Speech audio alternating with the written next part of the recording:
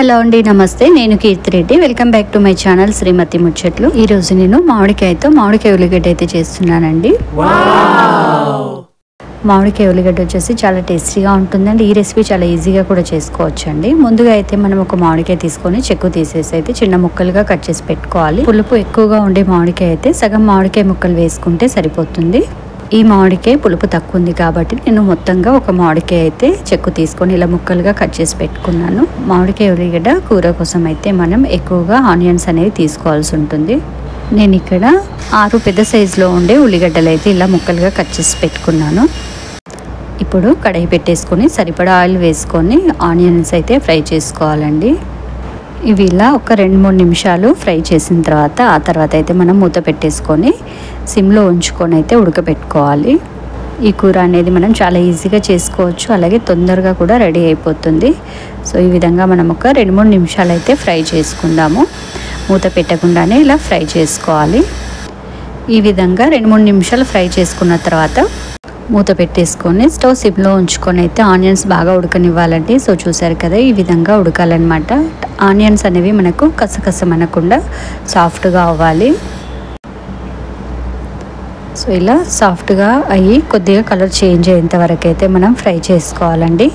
ఆ తర్వాత అయితే మామిడికాయ ముక్కలు అనేవి వేసుకోవాలి. మామిడికాయ ముక్కలు వేసుకున్న తర్వాత ఎక్కువసేపు అయితే పట్టదు, మామిడికాయ ముక్కలు తొందరగా ఉడికిపోతాయి.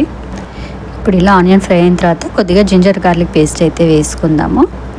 అది కాస్త పచ్చివాసన పోయేంత వరకు ఫ్రై చేసుకోవాలి. మీరు ఓన్లీ గార్లిక్ పేస్ట్ కూడా వేసుకోవచ్చు. అది కాస్త ఫ్రై అయిన తర్వాత ఇప్పుడు పసుపు కూడా వేసుకుందాము. పసుపు వేసాక కాస్త పచ్చివాసన పోయేంత వరకు అయితే ఫ్రై చేసుకోవాలి. ఇలా ఫ్రై చేసుకున్న తర్వాత మనం మామిడికాయ ముక్కలు అయితే వేసుకోవాలండి. సో చూసారు కదా, ఇలా ఆనియన్స్ అనేవి సాఫ్ట్గా బాగా ఫ్రై అవ్వాలి. ఇప్పుడు మామిడికాయ ముక్కలు వేసుకొని బాగా కలిపేసుకోవాలి. మామిడికాయ ముక్కలు వేసాక మనకి ఎక్కువ టైం తీసుకోదండి. మామిడికాయ ముక్కలు అనేవి చాలా తొందరగా ఉడికిపోతాయి. ఇలా అన్నీ కలిసేలాగా కలిపేసుకున్న తర్వాత మూత పెట్టేసి కొద్దిసేపు అయితే ఉడికించుకోవాలండి. మీరు పుల్లగా ఉండే మామిడికాయ తీసుకున్నట్టయితే సగం మామిడికాయనే వేసుకోండి, ఎందుకంటే మరీ పులుపుగా ఉంటే కూడా కర్రీ అనేది టేస్ట్గా ఉండదు. ఇలా ఉడికాక ఒకసారి మూత తీసేసి అయితే కలుపుకోవాలి.